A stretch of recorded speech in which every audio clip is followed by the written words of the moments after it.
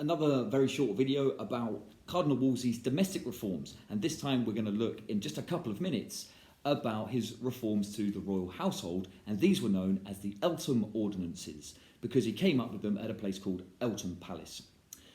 So Cardinal Wolsey realised that the royal household, this is the servants, the courtiers and so on who follow the king around, was far too expensive. They were providing around about 500 meals a day in order to keep the number of people in the royal household fed and entertained. This is not to mention any other banquets and parties that were thrown for these people. An incredibly expensive thing to maintain the royal household. So Cardinal Wolsey came up with this idea to reduce the number of courtiers within the royal household. This would, one, save Henry VIII lots of money. He wouldn't have to keep paying for them all.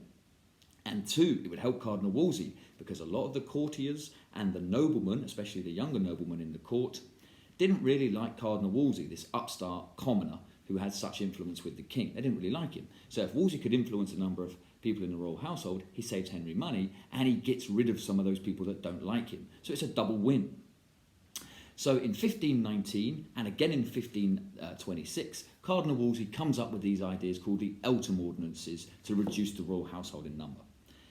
However, are they successful? Well, no, and this is why it's such a quick video, because during this period, especially in the 1520s, Cardinal Wolsey is too busy trying to sort out a divorce because Henry's decided that he wants to marry Anne Boleyn, who he's fallen in love with and wants a child with, and he's trying to get rid of his wife, Catherine of Aragon, and Wolsey's tied up in the business of trying to get the marriage annulled or trying to get a divorce.